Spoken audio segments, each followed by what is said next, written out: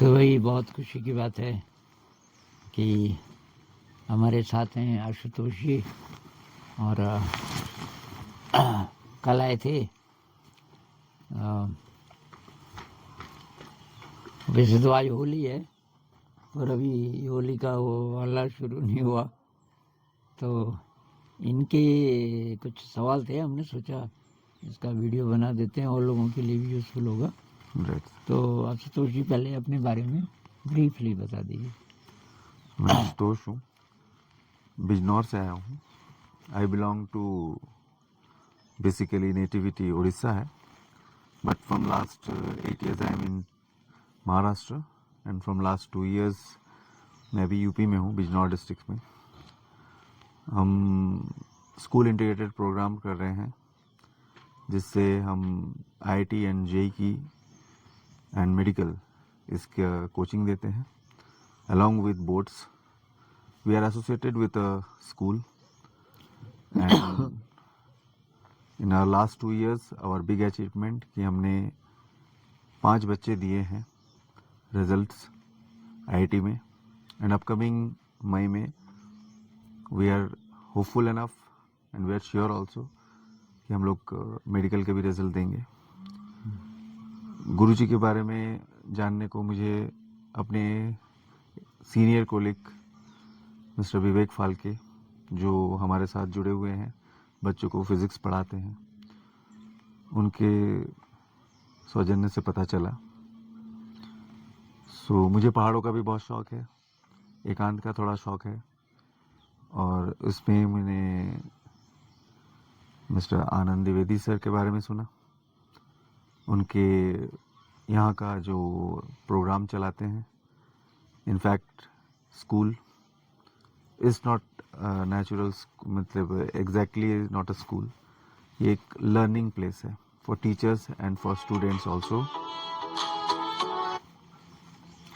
सो यही सब सवाल थे कि सर कैसे यहाँ रहते हैं, कैसे क्या सिखाते हैं, क्या यहाँ से बच्चे सीख के कहाँ कहाँ अपने जगह पे उपलब्धि किए हैं। ये सब बहुत इनक्रेडिबल चीज़ है, प्लेस भी बहुत इनक्रेडिबल है।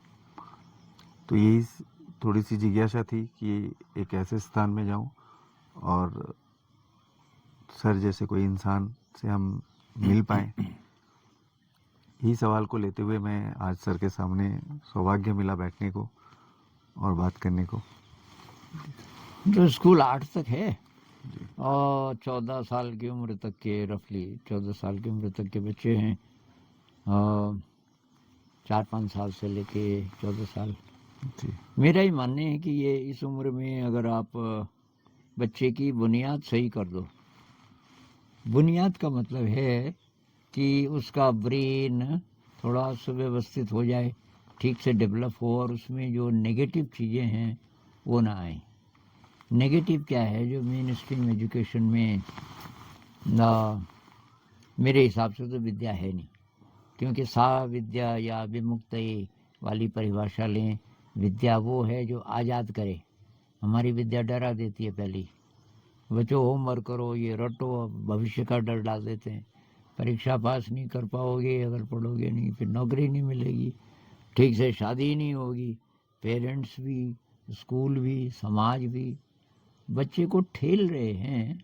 ये कोई नहीं पूछ रहा कि विद्या तो है ही नहीं यहाँ, तो ठेल रहे हैं गड़बड़ की तरफ। क्योंकि बच्चा वो चीज़ें तो कुछ कुछ सीख लेता है, जो ब्राइट बच्चा है, जो कॉम्पिटिटिव एग्ज़ाम में काम आएगा या कहीं और, लेकिन जो बेसिक जो ब्लूप्रिंट है नेचर ने हमें जिसके लिए बनाया था, उधर जाने के रास्ते ही लगभग हम बंद कर देते हैं बच्चे के। उसके मन में जिज्ञासा ही समाप्त हो जाती होगी ज़्यादातर, या तो छुप जाती होगी। बहुत साल पहले मैंने किताब पढ़ी थी, द मैजिकल चाइल्ड मैच्योर्स। ये किसी ऐसे राइटर ने लिखी है जो एजुकेशनिस्ट तो है, उसके बाद उसने बहुत गहरा ध्यान किया और इन दोनों को रिलेट करने की कोशिश की 70s या लेट 60s में। उस समय न्यूरोलॉजी तो आई नहीं थी। और उसने बोला कि 18 साल हो गए बच्चे की जो ग्रोथ होनी थी शरीर की, मस्तिष्क की, वो हो गई पूरी। अब Right. उसके प्रश्न क्या है, Right. इससे पता चलेगा कि वो शिक्षित हुआ कि नहीं। उसके प्रश्न क्या हैं? अगर उसके प्रश्न ये हैं कि मुझे नौकरी मिलेगी कि नहीं, Okay. मेरी शादी होगी कि नहीं, सर्वाइवल से रिलेटेड, Survival. तो शिक्षा नहीं हुई उसकी, उल्टा हुआ, वो कुशिक्षित हो गया। अगर उसके सवाल ऐसे हैं, क्या ये ब्रह्मांड का कोई एज होगा, कोई छोर होगा, ये Okay. ब्रह्मांड कब बना होगा, क्या आत्मा होती है, क्या ईश्वर होता है, Okay. ये अलग अलग धर्म कैसे बने, Okay. ये पुनर्जन्म होता है, अगर ऐसे वाले उसके सवाल हैं गहरे, इसका मतलब है कि उसकी इंक्वायरी सही दिशा में डेवलप होती रही। ये सारी बातें पहले से मेरे मन में थी Okay. और ये प्रयोग हमने शुरू किया विधिवत 2004 में। उससे पहले मैं डांस ऑफ द वी, एक किताब है जिसमें कॉन्सेप्ट्स हैं, Dance ये of मैं the लिख Bee. चुका था। Right. Right. एक मैंने हिंदी में भी लिखी, सा विद्या या विमुक्तये, यही उसका नाम भी है। उसमें भी यही थीम्स हैं, पर थोड़ा सा अलग जो प्रकार विष्णु से। पुराण से है. हाँ, उसको लेकर के और उसको तब डेवलप किया है आज के संदर्भ में। तो हम बेसिकली हम क्या कर रहे हैं कि एक तो जो भी आप सिखा रहे हो उसका प्रैक्टिकल एस्पेक्ट क्या है। उदाहरण के लिए 1/2 + 1/3 = 5/6। क्या आप बिना ब्लैक बोर्ड के, बिना ये डिजिट से लिखे किसी मटेरियल से बता सकते हो Okay. और इस तरह की उसको समझ में आ जाए? Okay. तो ये हमने किया। Okay. सारे जितने कॉन्सेप्ट्स हैं, लैंग्वेज क्या चीज़ है, अब किताब में पहले से लिखा है, उसके अंत में सवाल होते हैं। बहुत बार तो टीचर्स ही बोल देते हैं पहले सवाल का, हाँ निकालो ये दूसरे नंबर पैराग्राफ, पहली लाइन से ये, वो सीख क्या रहा है वो। Okay. Right. तो हम उनको क्या देते हैं, उदाहरण के लिए मैंने जब शुरुआत की, मैंने कक्षा 3 लिया, जी. मैंने कहा पूरे साल ये बच्चे मुझे दे दो आप। उस समय कुछ पुराने टीचर्स थे जो बाद में जाने वाले थे। Okay. तो गणित बहुत दिन से हो रही थी, बच्चों ने कहा हिंदी करते हैं आज, मैंने कहा ठीक। मैंने हर बच्चे को अलग जगह बिठा दिया। अब मान लीजिए एक बच्चा है, उसको मैंने एक पेड़ के नीचे बिठा दिया जी. तो उसको मैंने कहा तेरा जो टॉपिक है वो है ये पेड़ इस समय। Okay. 3 कक्षा 3 मतलब 9 साल का बच्चा, लड़की थी वो। उसने कहा सर जी ये पेड़ तो ठीक है, इस समय इसका मतलब क्या है? अच्छा, मैंने कहा ध्यान से देख, Okay. इस पेड़ में कोई चिड़िया है? एक थी कि हाँ चिड़िया तो है, एक ये बारबेट बैठी है। मैंने कहा ये सुबह से रही होगी कि नहीं? मैंने कहा ये शाम तक रहेगी, ये तो उड़ जाएगी। तो मैंने इसी समय बैठी है ना, इस समय इसकी छाया किधर है? कि छाया इधर है। मैंने कहा क्यों? कि सूरज उधर है। मैंने कहा ये छाया खिसकेगी कैसे रहेगी? कि नहीं कुछ देर में खिसक जाएगी। तो मैंने कहा इस समय ये जो वृक्ष है ये अद्भुत है, Right. ये दोबारा नहीं होगा, उसके लिए आपको बहुत ध्यान से देखना पड़े।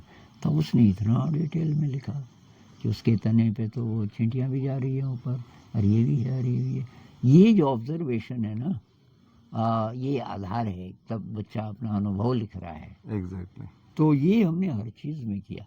कोई भी चीज़ आप पढ़ा रहे हो, हिस्ट्री है, ज्योग्राफी में है, ये लॉन्गिट्यूड, लैटिट्यूड, अक्षांश देशांतर वगैरह वगैरह, इन सब के लिए कोई प्रैक्टिकल।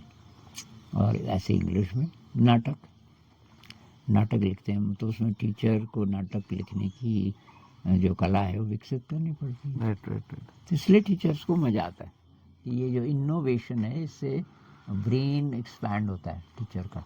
तो हमारा ये मानना है कि कक्षा 8 तक फैक्ट्स मत थोपो Okay. और दुनिया की नेगेटिव तस्वीर मत दो, क्योंकि वो 8वें 7वें वो जो हिस्ट्री है ना, जी जी. हमारा अतीत, जी. 3 किताबें, Ancient. हाँ हम उसको एक तरह रख देते हैं। Medieval क्यों and ये बता रहे हो? Modern. अंग्रेजों ने कैसे कैसे किया हमारे देश में, बहुत कम 4-5 बातें बता दो भाई। अंग्रेज तो आए ही इसीलिए थे, शोषण के लिए, जी. उन्होंने करना ही था। अब कैसे कैसे किया, बड़ी कक्षा में अगर तुम हिस्ट्री लोगे तो पढ़ लेना।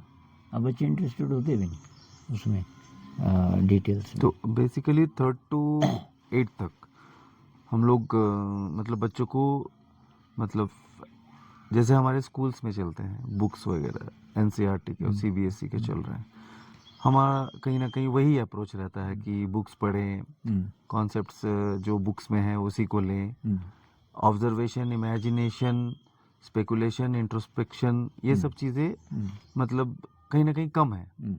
जो बुकीज है वही चीज़ है। तो इस चीज़ को हम लोग स्कूल लेवल पे गुरुजी कैसे हम लोग थोड़ा बहुत भी हो, क्योंकि चीज़ें तो अभी यूज टू ही हो चुकी है ना सारे स्कूल में, हम क्या उससे करते हैं डिफर कि नहीं कर सकते। कहानियां ले लेते हैं हाँ हाँ हाँ सिलेबस से ही, ओके और किसी को ये भी ऑब्जेक्शन ना हो कि जी बिल्कुल ही नहीं करा रहे, कोई अच्छी कहानियां हैं उसमें, ओके अगर बच्चा खुद पढ़ सकता है तो ठीक, ओके नहीं तो आप बोलते हो भाई इसमें ये कहानी भी है, कविता ले लेते हैं, ओके वो जरा बढ़िया होती है। Yes yes stories and poem है। हाँ, और कोई और पार्ट है जिसमें जो बातें हैं जरा अच्छी हैं जी तो बातें बता देते हैं, बाकी भाई तुम्हें पढ़ना तो पढ़ लेना। जी लेकिन पढ़ने के लिए हम दूसरे प्रकार की कहानियाँ, जैसे ये विक्रम बेताल, और बच्चों को जो ज़्यादा फैंटेसी वाली राइट जो ज़्यादा पसंद है Right. वो दे देते हैं, और Okay. उससे वो बहुत जल्दी सीखते हैं।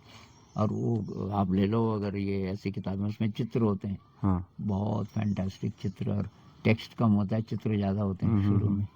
और जो उससे भी नीचे की कक्षाएं हैं, केजी फर्स्ट सेकंड, तो वहाँ ये एक तो सामान बहुत है, जैसे केजी में जैसे घन है ना क्यूब, राइट क्यूब से वो मीनार बना रहे हैं, ओके ट्रेन बना रहे हैं, ये बना रहे हैं, Okay. वो बना रहे हैं। और उसी से तब हम कोशिश करते हैं थोड़ा बहुत, क्या आप मैथ इंट्रोड्यूस कर सकते हो, जैसे कोई बच्चा आया राइट मैथ्स के कि ऊपर मैडम जी मुझे ये चाहिए, क्यूब चाहिए, भाई कितने, अब वो 5 साल का है, उसको मुश्किल से 5-6 तक गिनती आती होगी। अब मान लीजिए वो बोलता है 11, तो मैडम जी बोलती कि ले ले यार, मैं देख रही हूँ, साथ में गिन। वो बोलता है 1 2 3 4 11, मैडम जी बोलते 11 तो नहीं भाई, 5 हुआ, चल अभी ले ले। तो बच्चे को पता चल गया कि मुझे 4 ही तक आई गिनती, तो पर क्यूब तो मिल गए उसको, और भी ज़्यादा चाहिए तो मिल जाएंगे। तो ये इसके थ्रू बच्चे अपने इंटरेस्ट के लिए कुछ कर रहे हैं, और उसी से थोड़ा बहुत अगर ये हो सके, व्यवस्था बोध, भाई जूते कहाँ पे उतारने हैं, क्या उसके थ्रू भाषा सीख सकते हैं बच्चे। ओके तो टीचर्स ने बोला जूते उतारना तो अलग बात है, भाषा अलग। अरे मैंने को उनके नाम चिपका दो दीवार पे ओके कि भाई ये है, ये अंकित है, यहाँ पे सरोज है, यहाँ पे ये, यहाँ पे ये, आराम से खड़े हो सके हो, इतना गैप रखो उनमें लेबल्स में। ओके तो अब क्या होगा, तो फिर टीचर्स ने बोला कि वो तो ठीक है, अपना नाम वो याद कर सकता है इससे।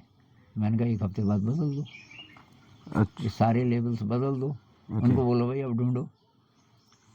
अब मान लीजिए कि बिना ढूंढे तो रख भी देंगे अपने जगह पे जो यूज टू है जगह। हाँ, पे वो पहले वही देखते हैं ना कि नंबर 2 सरोज मेरा, या नंबर 2, अब वो रखने वाली है, वो सरोज है क्या लिखा हुआ, ओके अब उसको एक अक्षर आ गया, ये तो माँ है, मेरा तो स आना चाहिए, हाँ तो तेरा नहीं है, नहीं क्या होगा ये, माँ है, अच्छा फिर माँ है, तो ममता है ये, अच्छा तो ये तो ममता है, तो सरोज कहाँ होगा, ढूंढ।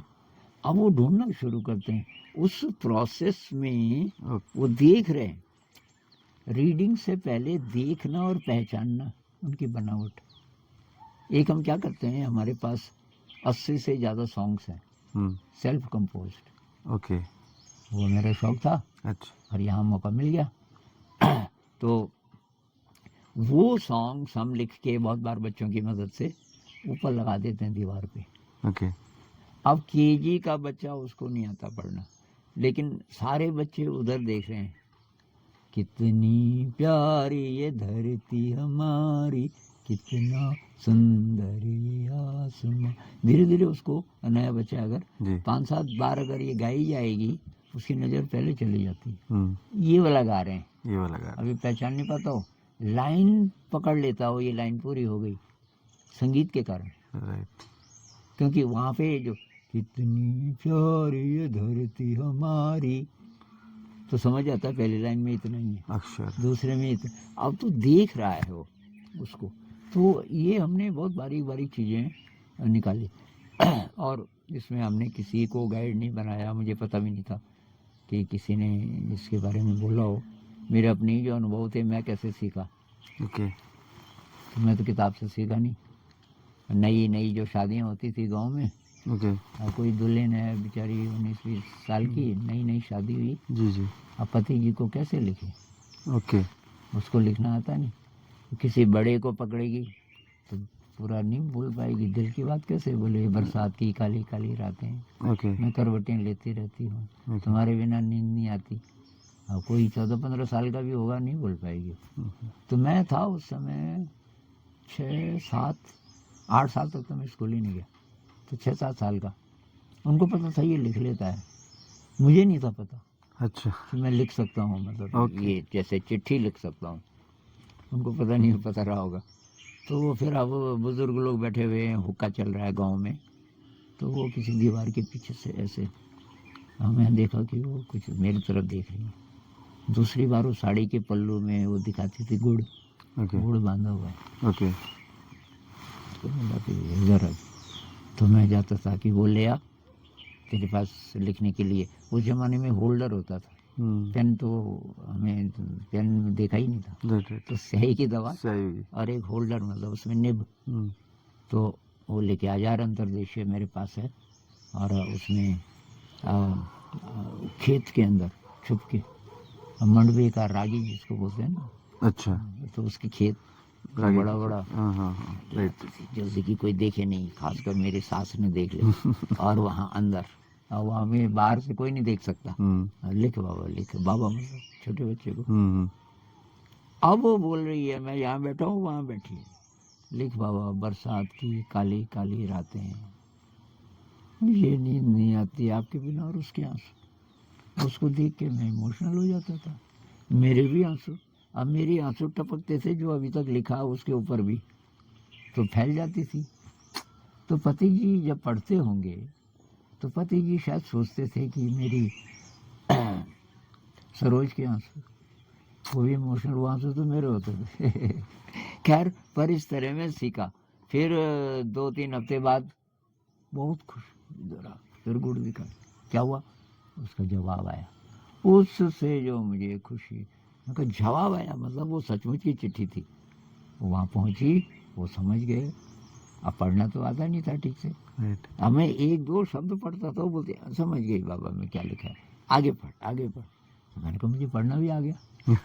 तो मैं ऐसे सीखा कि कोई चीज़ जब मीनिंगफुल होती है, जिसके साथ आपकी फीलिंग्स हैं, आपके एक्सपीरियंसेस हैं, और उसको आप शब्द दे रहे हो, राइट तो वो है भाषा की सही अभिव्यक्ति।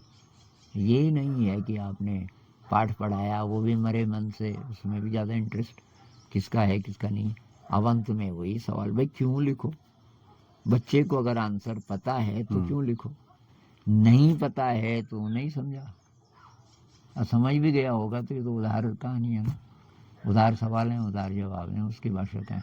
राइट तो हमने हर चीज़ को चैलेंज किया कि जो ये चल रहा है एग्जिस्टिंग एजुकेशन सिस्टम, ये कहाँ कहाँ गड़बड़ है, और कैसे हम अपना ये चुपचाप ये प्रयोग करें। हमने इसके बारे में कुछ नहीं बोला। तो बाहर अभी किसी को नहीं पता। अब डांस ऑफ द वीक कोई पढ़ेगा थोड़ा बहुत, साविद्या थोड़ा बहुत उसमें जी कहीं जी कहीं, लेकिन ज़्यादा नहीं। लेकिन ये अगर प्रोसेस होगा तो ये बहुत एंजॉयबल प्रोसेस है सबके लिए। एक्चुअली प्राइमरी के लेवल पे हाँ, अब लोगों का सवाल ये था, कक्षा 8 तक तो ठीक है, बच्चे बहुत खुश, तुम म्यूजिक भी करते हो, ध्यान भी करते हो, पढ़ाने के तरीके बहुत इनोवेटिव हैं, आगे इनमें से कोई पास होगा। तो अब 9th में तो वो होता नहीं ना, सरकारी एग्जाम 10th में होता है। राइट बोर्ड एग्जाम्स बोर्ड के जब रिजल्ट्स निकले, राइट एक आया हमारा क्रिटिक, वैसे दोस्त था, पर वो था कि ये बच्चे पास नहीं होंगे। आनंद जी, मैं अकेला था और नहीं कोई। मैंने कहा नहीं, कि मैं तो चाय पीने आया था। मैंने कहा चाय बनाते हैं, नहीं पहले तो बैठो। बड़ी देर में बोला जी, कमाल हो गया। मैं कहा क्या हुआ कि 7 फर्स्ट क्लास ओके केवल यहाँ से, ओके हमारे 10 या 11 तो कुल बच्चे थे, 7 टॉपर, मतलब ऊपर से जो लिस्ट बनी ओके उसमें 7 के 7 की, ये तो सारी चर्चा हो रही है। मैंने सोचा ये मजाक उड़ा रहा है। अरे मैंने कहा फेल तो नहीं होंगे कम से कम, मुझे लगता है ये पास हो जाए। उसको गुस्सा आ गया, आपको पता कैसे नहीं है, मैं तो इसीलिए आया। ओके। तो मैंने कहा यार 7 फर्स्ट क्लास, और क्या, अब चाय पिलाओ। तो मुझे फिर भी विश्वास नहीं आया, पर तब कोई आया, मोहन भाई या कौन, जी। उन्होंने कहा सर जी ये तो सब जगह चर्चा हो रही है कि इन बच्चों में कुछ है। तो हमने कहा बाई चांस हो गया होगा। उसके बाद कंसिस्टेंटली हर साल हमारे बच्चे आ गए, क्योंकि इंटर कॉलेज वालों का भी ये था कि ये मनोरंजन हो रहा है, पढ़ाई हो नहीं। राइट। फिर 12th में बहुत बढ़िया रिजल्ट। फिर ये जब जॉब्स में निकले, कोई अमेजन में है, कोई कहीं है। एक है अभी तो शादी उसकी हुई कि नहीं हुई, उसने एक मकान तो बनाया चंडीगढ़ में। अच्छा। फिर वो शिफ्ट हो गया चंडीगढ़ से, तो मकान पता नहीं बेचा होगा या रखा होगा, तब दूसरा मकान बनाया कहीं बेंगलोर। इतना पैसा उसके पास। तो एक मर्चेंट नेवी में है, इंजीनियर्स का ट्रेनर। ओके। उसको मैंने, सुमित है उसका नाम। तो यही इसी गांव से हैं? सब इन गाँव से, कईयों को ठीक से खाना भी नहीं मिलता, कोई गांव में सपोर्ट नहीं, कोई परिवेश नहीं। तो अभी भी वो आपके साथ जुड़े हैं? हाँ, बीच बीच में आते रहते हैं। पिछले साल आया था, मैं बीमार था, वो नारियल लेके आया। जी जी। हाँ, क्योंकि उन दिनों डॉक्टर ने बोला था रोज एक नारियल पीना। ओके। तो उसने कहीं वीडियो में देखा। मैंने कहा हमारे जो दीपक जी हैं वो नारियल लेने ऋषिकेश तक चले जाते हैं, उनके पास गाड़ी है। राइट। तो बहुत ध्यान रखा इन्होंने। जी। तो सुमित को मैंने कहा यार तो एक बात बता, किस परीक्षा में निकला तू? उसने कहा कॉम्पिटिटिव एग्जाम की परीक्षा थी, और उसके बाद की वाइवा में मुझे लगा कि मैं बोल पाऊंगा, इंग्लिश में था। ओके। तो कि मैं पूरे ऑल इंडिया में तीसरा नंबर था मेरा, वो जितने भी निकलते होंगे ना जी जी उसमें। और उसमें भी कुछ नहीं कि उन्होंने जो जो सवाल पूछे मैं हैरान हुआ, मैं इंग्लिश में बोल दे रहा हूँ। ग्रेट। इसके बाद तो पानी के जहाज में ट्रेनर, सारी दुनिया घूम चुका है, उनका काम वही है। ग्रेट। इसी तरीके से लड़कियां भी लड़के भी, ज़्यादातर। तो तब हम कन्विंस्ड हो गए, और मेरी जो थ्योरी थी कि भाई फाउंडेशन अगर मजबूत है तो आप 14 साल तक अगर ब्रेन में नए अच्छे नेटवर्क्स बना दे रहे हो, उसके बाद वो जल्दी टूटेंगे नहीं, वो बच्चा अब अपने आप संभाल लेगा अपनी ज़िंदगी को, चाहे माहौल कैसा भी है। लोग कहते हैं ना कि अब ऐसा माहौल उन्हें नहीं मिलेगा। हमने कहा कोई बात नहीं है भाई, 6 महीने तक बच्चे को माँ अपना दूध पिलाती है। अब कोई बोले जी दूध इतना मत पिलाओ, बाद में तो इसको सॉलिड, अरे बाद में 6 महीने बाद, अभी तो तैयार है भी नहीं। राइट। अभी तो उसको दूध ही देना है 6 महीने तक। अभी तो वही है। हाँ, फिर वो स्टेज आती है, ऐसे ही प्यूबर्टी है, उससे पहले क्यों दे रहे हो ये सेक्स एजुकेशन कि स्त्री के अंग ऐसे, पुरुष के अंग ऐसे, टाइम वेस्ट कर रहे हो आप। कोई प्रॉब्लम है क्या? प्रॉब्लम है तो तब बताओ, नहीं तो ये चीज़ें तो पता होती हैं। राइट। तो हमने ये किया कि फाउंडेशन, तो मैंने थोड़ा अध्ययन किया ये न्यूरोलॉजी का, कि इनके न्यूरोलॉजी के हिसाब से क्या है, और वो हमारे इसमें कैसे फिट होता है आध्यात्म में, राइट। ध्यान करके क्या होता है। तो न्यूरोलॉजी और मेडिटेशन में जो एक्सपेरिमेंट्स हुए, तो जब मैं डांस शब्द भी लिख रहा था तो उसकी रिसर्च मैंने शुरू की थी 92-3 में, और 97 में शायद लिखा। तब तक यहाँ इंटरनेट मेरे ख्याल से तो एक्सेसिबल था नहीं, और न्यूरोलॉजी डेवलप्ड थी नहीं। पर मुझे पता चला कि दलाई लामा जी ने नासा को बोला कि तुम मेडिटेशन पे कोई एक्सपेरिमेंट करना चाहते हो तो मेरे पास 5000 मंक्स हैं जो रोज़ ध्यान करते हैं। आपके पास कोई ऐसा यंत्र है जो नाप सके? और उन्होंने बनाया था नया, क्या बोलते हैं उसको, उसमें ऐसे होते हैं, ब्रेन पे फिट करते हैं, सिर पे। तो बुद्धिस्ट पे तो अच्छी तरह फिट हो जाते हैं ना, बाल तो होते हैं। राइट। उन्होंने तब ये जो स्टडीज की है, 1 घंटे के ध्यान से क्या क्या, पूरा ही ब्रेन रिवायर हो जाता है। द एंटायर ब्रेन, जैसे कि कोई ये दूसरा प्राणी बन गया इंसान से। इतने डीप चेंजेस। तो ये मुझे बात पता चल गई थी स्कूल खुलने से काफ़ी पहले, जब मैं डांस ऑफ द वीक लिख रहा था। फिर जे कृष्णमूर्ति जी और डेविड बॉम साइंटिस्ट थे बहुत बड़े, जी जी। कुछ लोग साइंटिस्ट का गुरु मानते हैं उनको, अभी डेथ हो गई। द एंडिंग ऑफ टाइम, एक किताब कमाल की, उससे मदद मिली।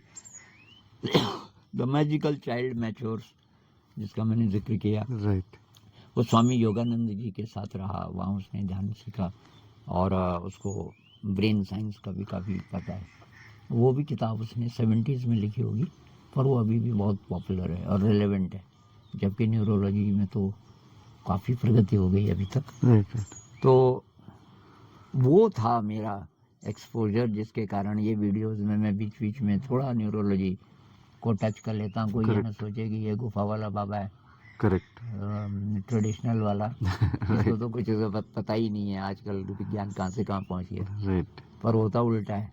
कई चीज़ें मैं ऐसे बोलता हूँ तो वो कहते हैं गुरुजी आपको कहाँ से पता? अरे मैंने कहा ये सब मुझे डांस ऑफ द वीक जब लिख रहा था मुझे तब से पता। ओके। तब उनको बताता हूँ कि आप ये तो गुरुजी मतलब अभी ये जो छोटे बच्चे हैं हमारे 3rd to 5th को लेके थोड़ा, इनको इस चीज़ को मतलब हाउ वी कैन मतलब उनको समझाया जाए, मेडिटेशन उनको कैसे कराया जा सकता है, मेडिटेशन इम्प्लीमेंटेशन कैसे? तब होगा जब टीचर्स करेंगे। हाँ, बात तो सही है। और बच्चों को कुछ नहीं बोलना। ओके। तो यहाँ तो हम एक साथ रहते हैं सारे टीचर्स। राइट। पहले 6 महीने तक, जब तक हमने फॉर्मली अपने हाथ में नहीं लिया था, जाते थे स्कूल, पुराने टीचर्स भी थे, थोड़ी थोड़ी देर इनको दे देते थे। एक क्लास 3rd मैंने ले ली थी, उसको मैं स्कूल से बाहर ले जाता था। मैंने कहा मैं जो बोल रहा हूँ ये इनको समझ आना नहीं, कहीं उठपटांग बोलेंगे इनके पेरेंट्स को, उनको मैं दूर ले, और वो भी खुश मेरे साथ, वो जाना ही नहीं चाहते थे वापस। तो 6 महीने तक ये टीचर्स हमारे साथ ध्यान करते रहे, एक साथ खाना बनाते थे। उस पर बहुत क्रिटिसिज्म हुआ, ये किसी को अलाउड नहीं था। हमने बिना किसी को पूछे ये गैस ले लिया, बर्तन ले लिया, सब। सोने की जगह टीचर्स की दूसरी जगह थी, गर्ल्स की। अब गर्ल्स की शिकायतें आने लगी। पहले तो किचन, ये खाते क्या है? मैंने कहा जी हमने शुरू कर दिया। अब वो बोले तो क्या बोले, मैं अगले दिन जाने के लिए तैयार रहता था। मैंने कहा कभी भी आप बाधा डालोगे, मेरा कोई अटैचमेंट नहीं स्कूल से, मैं दूसरा खड़ा कर दूंगा कहीं। असली बात है ये इनोवेटिव मेथड्स, मेडिटेशन, म्यूजिक, तो यहाँ नहीं करने दोगे तो कहीं और। ये उनको पता था। उसको तो भरोसा है नहीं, सैलरी थी नहीं, ये दे नहीं रहे थे, तो पैसे का भी लालच नहीं, नाम का भी लालच नहीं तो हम पत्रकारों को बुलाते, मैं आने ही नहीं देता था किसी को। लोग बोलते थे कि कोई बोल रहा है कि मैंने कहा ध्यान करता हो, उसको मैं ध्यान सिखाऊंगा पहले कुछ घंटे, तब अंदर जाने देंगे। वो कई बिगड़ जाते थे, उनको पता ही नहीं चलता था ध्यान। फिल्म मेकर्स आए 2 काफ़ी कमाल के, मैंने कहा भाई साहब ध्यान का पता है कि नहीं? मैंने कहा तुम अपनी भी रिसर्च करो और ध्यान की सेटिंग्स करो, तब हम आपको कुछ करने देंगे, उससे पहले नहीं। तो तब प्रोटेक्ट करने में काफ़ी पापड़ बेलने पड़े हमको। फंडिंग एजेंसी से पैसे देने वाले, मैं उनको पहले ही बिदगा देता था। मैंने कहा हाथ जोड़ के देना तो दो कि महाराज आप अच्छा काम कर रहे हो, ये पैसा है, हिसाब देंगे उसका, हमने क्या किया वो आप मांग सकते हो, लेकिन आपने जरा भी दखल दिया वो भाई हम मंजूर नहीं करेंगे। हाँ, पहले से चीजें क्लियर होनी चाहिए। हाँ। तो कहने लगे यार ऐसे तो नहीं होगा, अब अभी तो मैं हूँ इंचार्ज, अब मैं चला गया दूसरा आ गया, वो तो नहीं समझेगा आपकी बात। मैंने कहा इसीलिए हम फंडिंग एजेंसी से नहीं लेंगे। कैसे चलेगा? अरे मैंने कहा लोग लोगों की मदद करते हैं भाई दुनिया में, बिल्कुल। अगर ये अच्छा प्रोग्राम है, कभी ना कभी ऐसे लोगों को पता चलेगा जो यही चाह रहे हैं। बिल्कुल तो इतना खर्चा है भी नहीं। मैं कहूँ चिंता मत करो, नहीं चलेगा तो नहीं चलेगा भाई, हम तो असली काम तो कर ही रहे ना, क्यों आए इस जगत में? कैटरपिलर से तितली बनने आए, अब वो तो हम कर रहे हैं। स्कूल रहे ना रहे, स्कूल अच्छी चीज़ है, रहे तो उसके बहुत फ़ायदे हैं, पर ऐसा नहीं है हमारा कि भाई। तो मेन स्ट्रीम जो स्कूल्स हैं उनके लिए हमने कुछ चीज़ें निकाली। एक कोर सिलेबस, आप पता करो क्या पढ़ाना चाहते हो एक साल में, और वो कॉन्सेप्ट्स निकाल लो। वो ऐसे कॉन्सेप्ट्स होने चाहिए कि उसमें जो मैनेजमेंट है, या जो भी बड़े लोग हैं वो एग्री कर जाएं, उनको पता हो कि ये कॉन्सेप्ट हम अब अलग ढंग से पढ़ाएंगे, कॉन्सेप्ट्स वही हैं जो आपकी किताब में भी है, ओके प्रेजेंटेशन अलग होगी। अब उनको प्रेजेंट ऐसे करो कि बच्चे को अपनी चीज लगे।